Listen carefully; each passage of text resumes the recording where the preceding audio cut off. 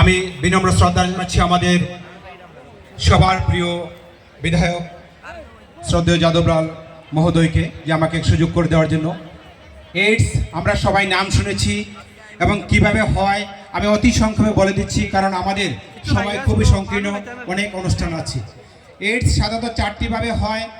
প্রথমত হলো অসুরক্ষিতভাবে, একাধিক ব্যক্তির সাথে যদি কেউ শারীরিক বা দৈহিক মিলন করে এবং সেখানে যদি কোনো রকম সুরক্ষা না থাকে, তাহলে এইচআইভি আক্রান্ত ব্যক্তি থেকে আরেকজনের মধ্যে এইডস পজিটিভ ছড়াতে পারে।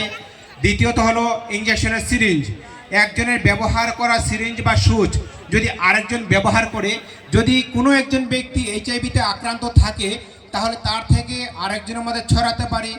তৃতীয়ত হলো অপরীক্ষিত রক্ত, যদি আমরা কখনো গ্রহণ করি তাহলে সেখানে যদি কোনো একজন ব্যক্তি এইচআইভিতে আক্রান্ত থাকে, তার রক্ত যদি আমরা ব্যবহার করি তাহলে আমিও কিন্তু এইডসে পজিটিভ হয়ে যাব। চতুর্থত হলো গর্ভবতী মা যদি এইডসের দ্বারা আক্রান্ত বা এইচআইভিতে আক্রান্ত হয় তাহলে তার গর্ভস্থ যে শিশুটি আসবে সেই শিশুটিও কিন্তু এইডসের জীবাণুর দ্বারা আক্রান্ত হতে পারে। তাই আমাদের সবার সচেতন থাকা উচিত। মনে রাখবেন, এইডস কোনো ছোঁয়াছুঁয়ি রোগ নয়। এইডসে আক্রান্ত ব্যক্তির সাথে চলাফেরা করলে আমাদের কারো এইডস হবে না। এইডস আক্রান্ত ব্যক্তির সাথে খাওয়া দাওয়া করলে কারো এইডস হবে না। এইডস আক্রান্ত ব্যক্তির পোশাক ব্যবহার করলে কারো এইডস হবে না, কারণ এইডস কোনো ছোঁয়াছুঁয়ি রোগ নয়।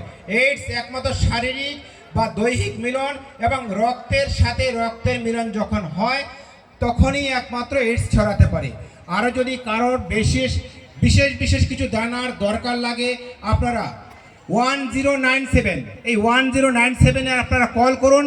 বিনামূল্যে এইডস সংক্রান্ত যাবতীয় তথ্য আপনারা জানতে পারবেন। ত্রিপুরা স্টেট এইডস কন্ট্রোল সোসাইটির একটি আমাদের এখানে স্টল রয়েছে যা আমরা সংগঠন পরিচালনা করছি। আমাদের এখানে বিনামূল্যে এইচআইভি পরীক্ষার ব্যবস্থা আছে। এইচআইভি এবং সিফিলিস এই বিনামূল্যে আপনারা পরীক্ষা করতে পারবেন। আসুন, যারা এখনও রক্ত পরীক্ষা করেননি এবং জানেননি, কারণ নিজেকে জানতে হবে, এইডসকে জানতে হবে, নিজেকে বাঁচাতে হবে। এই জন্য বলা হয় বাঁচতে হলে জানতে হবে। তাই অসংখ্য ধন্যবাদ জানাচ্ছি সবাইকে। নমস্কার।